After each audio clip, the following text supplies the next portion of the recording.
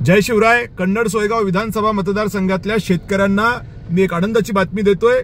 आज जो आपण अडचणीत सापडलो होतो, कारण की पेरणी जरी आपण केलेली असली तरी कदाचित दुबार पेरणी करावी लागेल किंवा आपल्याला कुठेही अद्यापपर्यंत पीक कर्ज न मिळाल्यामुळे खासगी सावकाराच्या जाळ्यात अडकतो का, कृषी सेवा केंद्रावाल्याच्या जाळ्यात अडकतो का, अशी जी एक भीती निर्माण झालेली होती, याला उत्तर म्हणून मी विधानसभेत ज्यावेळेला होतो मागच्या वेळेला त्यावेळेला जसं राष्ट्रीयकृत बँकांना मी पीक कर्जाचे आणि मुद्रा लोनचे मेळावे घेऊन ते पीक कर्ज आणि मुद्रा लोन वाटलं होतं, त्याच धर्तीवर पुन्हा एकदा येणाऱ्या 15 जुलैला आपण कन्नड सोयगाव विधानसभा मतदारसंघामध्ये प्रत्येक जिल्हा परिषदेच्या ठिकाणी आपण अशा पद्धतीचे पीक कर्जाचे आणि मुद्रा लोनचे मेळावे घेतोय.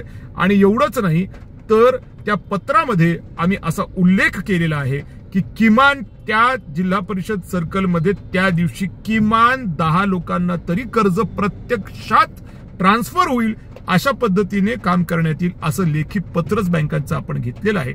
आणि म्हणून निश्चित स्वरूपाने तुम्हाला याचा फायदा होईल. कोणता राजकीय पक्ष काय करतोय, कोणाला आमदार व्हायचंय, खासदार व्हायचंय, कोणाला अजित पवारांना कुठे जायचंय, त्या देवेंद्र फडणवीसांना कुठे जायचंय, याच्यामध्ये आपल्याला पडायचं नाहीये. यांचं सगळ्यांचं ओके आहे, आपले सगळे धोके आहेत. त्यामुळे आपल्याला आपलं ओके करायचंय.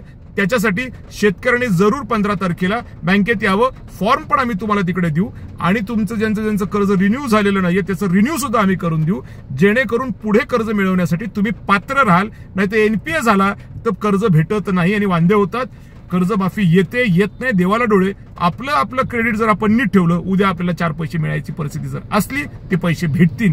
आणि त्यामुळे या 15 तारखेच्या कार्यक्रमाला, 15 जुलैला हा कार्यक्रम होणार आहे, 15 तारखेच्या कार्यक्रमाला सर्व शेतकऱ्यांनी यावं आणि आपला फायदा करून घ्यावा.